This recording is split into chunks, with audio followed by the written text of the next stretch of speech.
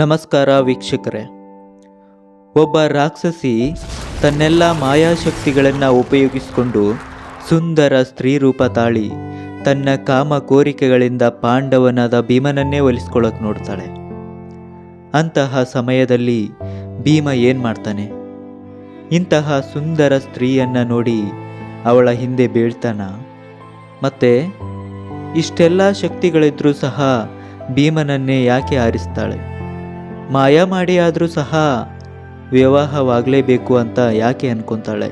ಭೀಮ ಮತ್ತು ರಾಕ್ಷಸಿಯ ಕಥೆಯನ್ನು ಈ ವಿಡಿಯೋದಲ್ಲಿ ನೋಡೋಣ.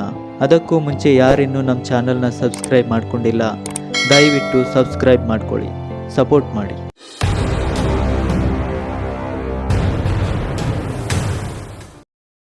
ಎಲ್ರಿಗೂ ಗೊತ್ತಿರೋ ಹಾಗೆ ಮಹಾಭಾರತ ಸಮಯದಲ್ಲಿ ದುರ್ಯೋಧನ ಮತ್ತು ಧರ್ಮರಾಯ ಪಗಡೆ ಆಟವನ್ನು ಆಡಿದರು. ಆ ಜೂಜಾಟದಲ್ಲಿ ಧರ್ಮರಾಯ ಸೋಲ್ತಾನೆ. ಆ ಆಟದ ಷರತ್ತು ಏನಿತ್ತು ಗೊತ್ತಾ? ಆಟದಲ್ಲಿ ಸೋತಿದ್ದೇ ಆದಲ್ಲಿ ಪಾಂಡವರು 14 ವರ್ಷ ವನವಾಸವನ್ನು ಮಾಡಬೇಕಿತ್ತು. ಅಂದರೆ 14 ವರ್ಷಗಳವರೆಗೆ ದಟ್ಟ ಕಾಡಿನಲ್ಲಿ ಜೀವನ ಮಾಡಬೇಕಿತ್ತು. ಈ ರೀತಿ ಕಾಡಿನಲ್ಲಿ ಜೀವನ ನಡೆಸುತ್ತಿರುವಾಗ ಒಂದು ದಿನ ರಾತ್ರಿ ಕುಂತಿದೇವಿ ಹಾಗೂ ಮಕ್ಕಳು ಕಾಡಿನ ಮಧ್ಯೆ ಒಂದು ಮರದ ಕೆಳಗೆ ಮಲಗಿರ್ತಾರೆ. ಅದು ಯಾವ ಧೈರ್ಯದ ಮೇಲೆ ದಟ್ಟ ಕಾಡಿನ ಮಧ್ಯೆ ಮಲಗಿರ್ತಾರೆ ಗೊತ್ತಾ? ಆ ಶಕ್ತಿ ಯಾವುದು ಗೊತ್ತಾ? ಅದೇ ಭೀಮ. ಎಲ್ಲರೂ ಮಲಗಿದ್ರೂ ಕೂಡ ಭೀಮನು ಎಚ್ಚರವಿದ್ದು ಕಾವಲಿಗೆ ಕುಳಿತಿದ್ದ. ಪಾಂಡವರು ಮಲಗಿದ್ದ ಜಾಗದಿಂದ ಹತ್ತಿರದಲ್ಲೇ ಹಿಡಿಂಬನೆಂಬ ರಾಕ್ಷಸನು ಮತ್ತು ಅವನ ತಂಗಿ ಹಿಡಿಂಬೆ ಇಬ್ಬರೂ ಕೂಡ ವಾಸವಾಗಿದ್ದರು. ಆ ರಾಕ್ಷಸ ಅತ್ಯಂತ ಬಲಿಷ್ಠಶಾಲಿ ಹಾಗೂ ಕ್ರೂರಿಯೂ ಆಗಿದ್ದ. ಕೆಲವು ದಿನಗಳಿಂದ ಮನುಷ್ಯನ ಮಾಂಸವೇ ಸಿಗದೆ ಪರಿತಪಿಸಿದ್ದ.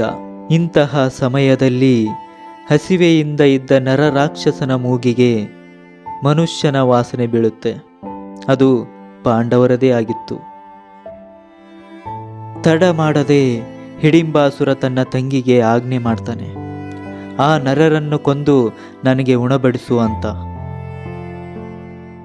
ಅಲ್ಲಿ ನೋಡಿದ್ರೆ ಎಲ್ಲರೂ ಕೂಡ ಮಲಗಿದ್ದಾರೆ. ಭೀಮನೊಬ್ಬನೇ ಕಾವಲಿಗೆ ಕುಳಿತಿದ್ದ. ಅದನ್ನು ಕಂಡು ದೂರವೇ ನಿಂತು ಗಮನಿಸ್ತಾಳೆ.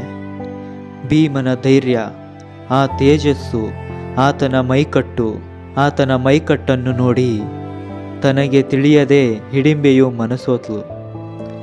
ಆಗಲೇ ಹಿಡಿಂಬೆಯು ರಾಕ್ಷಸ ರೂಪವನ್ನು ತೊರೆದು ಸುಂದರ ಸ್ತ್ರೀ ರೂಪವನ್ನು ಧರಿಸಿತ್ತು. ಸುಂದರಿಯ ರೂಪ ಧರಿಸಿರುವ ಹಿಡಿಂಬೆಯನ್ನ ಭೀಮ ಒಪ್ಕೊಳ್ತಾನ? ಮುಂದಿನ ಭಾಗದಲ್ಲಿ ನೋಡೋಣ.